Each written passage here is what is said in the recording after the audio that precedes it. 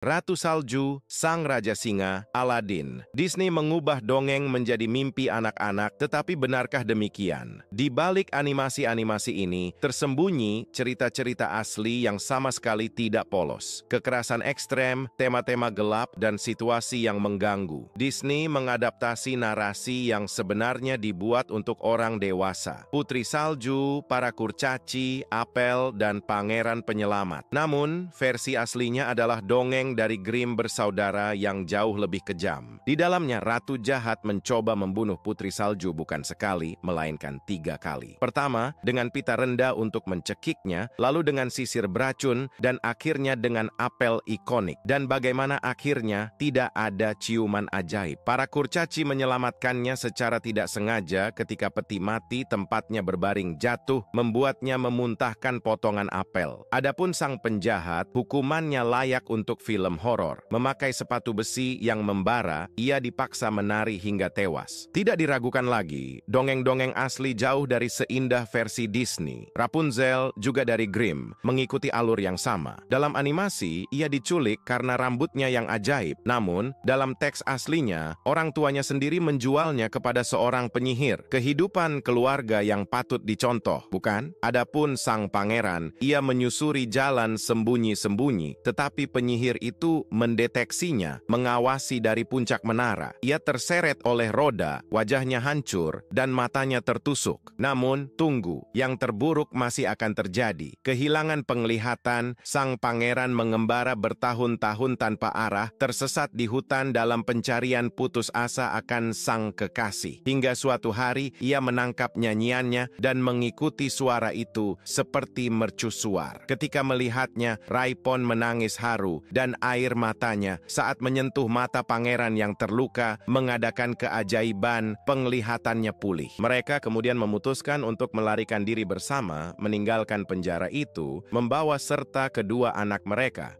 Sang anak, anak-anak, Mulan, sebuah Disney yang memukauku. Kisahnya didasarkan pada legenda Tiongkok yang pada gilirannya berakar pada puisi kuno berjudul Balada Mulan. Narasinya mengungkapkan bahwa ia adalah putri seorang perwira militer, memiliki 2 saudara perempuan, dan menerima pelatihan militer lanjutan dari ayahnya. Kita juga mengetahui bahwa ia pergi berperang dengan izin ayahnya, dan bukan diam-diam seperti dalam film. Selama 12 tahun, ia menyembunyikan identitas perempuannya. 12 tahun pengabdian tanpa celah, di mana ia menunjukkan dengan keberanian dan kecerdikan bahwa ia adalah bagian penting dalam pasukan. Kinerjanya dalam pertempuran begitu luar biasa sehingga kaisar sendiri menawarinya jabatan menteri. Mulan mengajarkan kita bahwa seorang wanita tidak hanya setara dengan pria, tetapi juga bisa melampauinya. Semua berakhir baik ketika berakhir dengan baik. Hahaha, kalau hanya itu saja. Tapi kisah kita berlanjut. Mulan menolak kehormatan itu dan hanya meminta seekor kuda untuk pulang ke rumah, meninggalkan kemuliaan dan kekayaan. Tentu saja, sebelum melanjutkan perjalanannya, ia memastikan untuk membuat semua orang jelas bahwa ia adalah seorang wanita. Namun, muncul sebuah kendala. Sang kaisar, terpesona oleh kecantikan dan keberaniannya, mulai mengejarnya dengan rayuannya. Dan ia melakukannya dengan cara yang sangat tidak menyenangkan. Untuk waktu yang lama, Mulan menahan semua serangan, tetapi kegigihan sang penguasa tak kenal ampun. Begitu dalamnya Mulan terjebak dalam depresi yang mendalam dan akhirnya mengakhiri hidupnya sendiri. Pocahontas,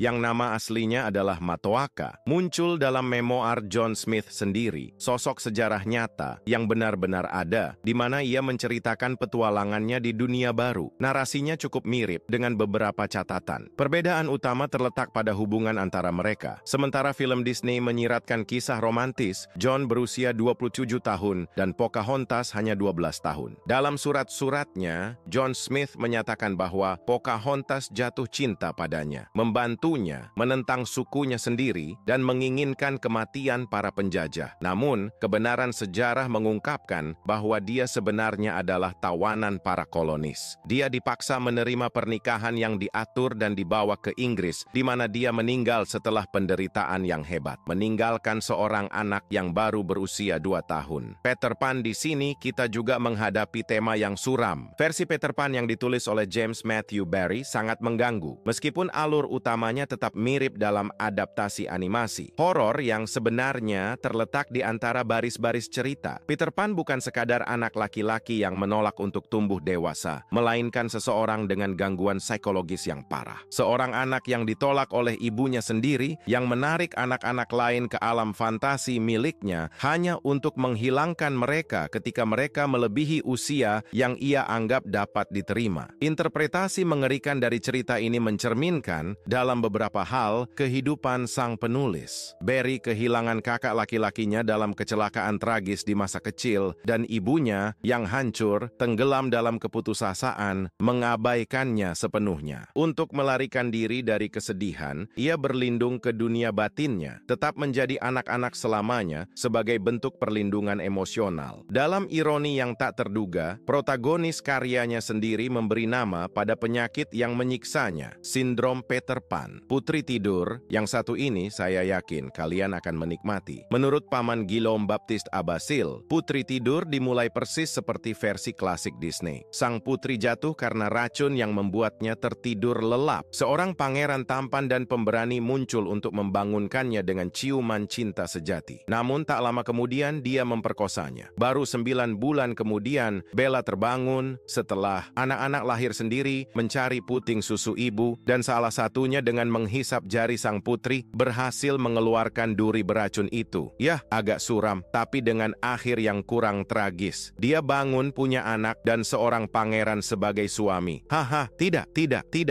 Istri asli sang pangeran memerintahkan agar anak-anak Bella Tidur dibunuh dan dihidangkan sebagai santapan untuk sang ayah. Yang sama yang memperkosa mayat, jangan kita lupakan. Saya yakin kalian mulai menangkap esensinya. Dan sekali lagi, roman Victor Hugo sangat jauh dari memberikan kita akhir bahagia ala Disney. Untuk menyegarkan ingatan, di film, cerita berakhir dengan ciuman antara Esmeralda dan sang kapten. Quasimodo, Sofia Frianzon, benar, tidak adil baginya, tapi setidaknya tak ada yang tewas. Kecuali, tentu saja Frollo. Tapi karena dia penjahat, kita tak terlalu peduli. Namun dalam buku, narasinya jauh dari ringan. Esmeralda berakhir digantung. Quasimodo mencuri jasadnya yang membusuk, membawanya ke katakombe Paris, dan membiarkan dirinya merana memeluknya. Dan siapa tahu, mungkin dia tidak meninggalkan dunia ini dalam keadaan suci. Akhirnya, saya rasa begitu. Cinderella di film Disney, sang ibu tiri sangat kejam. Dia menyiksa Cinderella, mengurungnya di kamar,